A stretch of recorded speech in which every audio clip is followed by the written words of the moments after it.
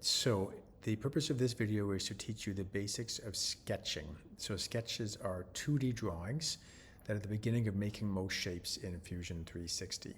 If your screen looks like this, then you need to go over here to your document tree and click the little eyeball besides where it says origin, and it will show you the 3 planes.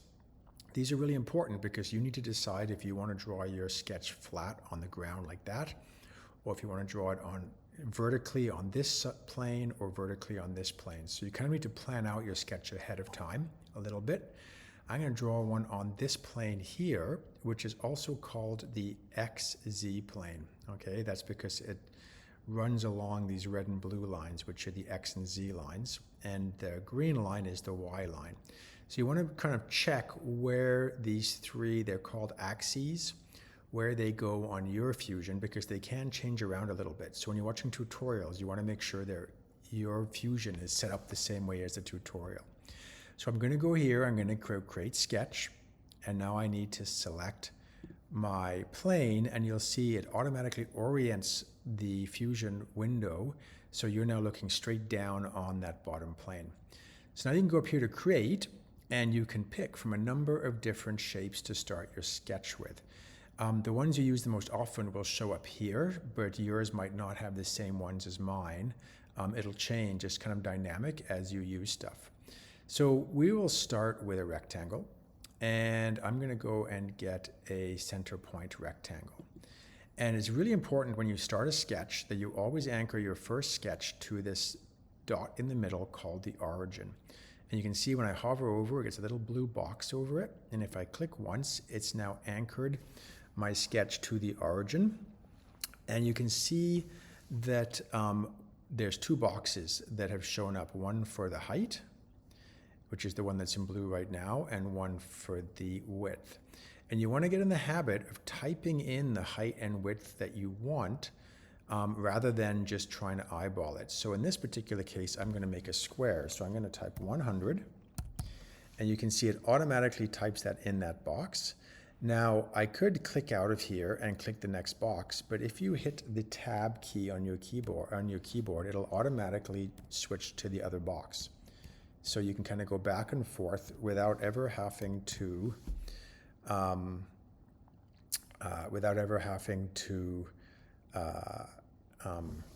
click anywhere. Now, what I'm actually going to do though is I'm going to let's make that 30. So I'm actually going to make that like that. And now, but actually I made a mistake. I want this to be 100. So what I'm going to do is I can click back in there and I can make it 100. So you can go and you can change the numbers, and I might make that 180 anytime you like. Okay, you're not stuck with them. Okay. Now, if you make so that's the rectangle, and so we're also going to go and get a circle diameter circle, and let's put circles in all 4 corners of this rectangle. So I'm going to draw my circle, and I'm going to type in 10. That gives a diameter of 10. Okay, now you'll notice that the circle is blue, not black. So what that means is that Fusion doesn't actually know exactly where it's supposed to go. So, right, it can actually move up and down along this line here. Okay, ideally when you're doing a sketch, you want to do what's called constraining it. You want to make sure that Fusion knows exactly how far it is from something else in the sketch that Fusion already knows about, so that there's no confusion about where it should go. So what you can do is you can create a sketch dimension. That's like a distance between 2 shapes, and you'll see it's got the keyboard shortcut D. So from now on, rather than clicking on that, I'm just going to click D. So let's make that 50. And you'll notice that now that we know that distance, this has turned black. So let's just say we want to put a circle in each corner. So I could do that for each of those, but there's some very cool tricks in here, one of which is called the mirror tool. So what I can do is click it, and it asks me to select an object, so I'm going to select this circle. Then it asks me to select a mirror line, so I'm going to click on there, so it's blue, and now I'm going to click the line I'm going to copy it over. So let's click this blue line here, and you can see it made a copy, it mirrored this right over the blue line, so I can click OK. And I could do this again, create mirror. Now I'm going to click on both of these, so now it says 2 selected. I'm going to click on the mirror line, and I'm going to click on this red one, and so now I've actually got all 4 in all of the right corners, okay? So let's see, what else can we do to this? So this, maybe we can try and add something else to this. Let's make a house. So I'm going to go get a line, and I'm going to make the roof. And you can see, so what I want is I want to make sure the roof is connected to this corner. So I'm going to click once, and I'm going to click.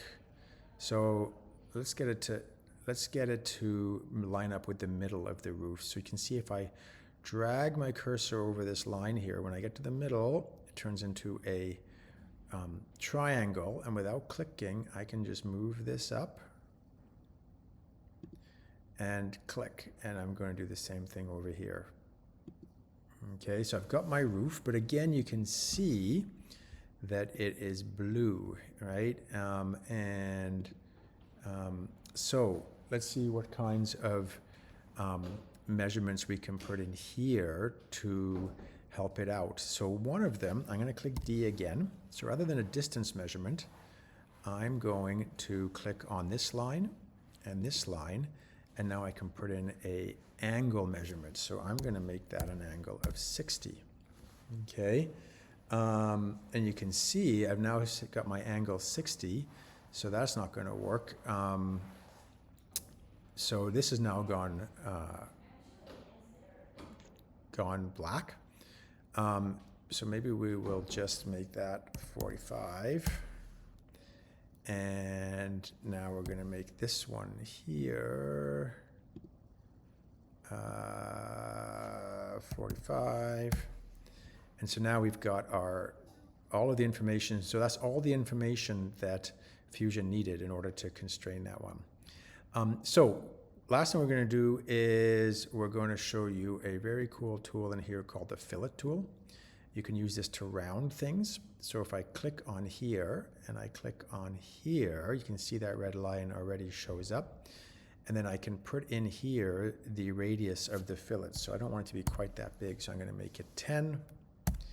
And we're going to go like that. So the last step is to finish off your sketch. So I'm just going to go finish sketch. And now you'll notice, see down here in the bottom in my timeline, I've now got my sketch in there. I can also see my sketch over here. And the good practice is to make sure that every time you make something in Fusion 360, you name it in your document tree so you can find it again. And if I want to edit this, I could right click on it here, or I could right click on it down here. And I can always go back in and change anything about this sketch. So there you go, introduction to sketching in Fusion 360.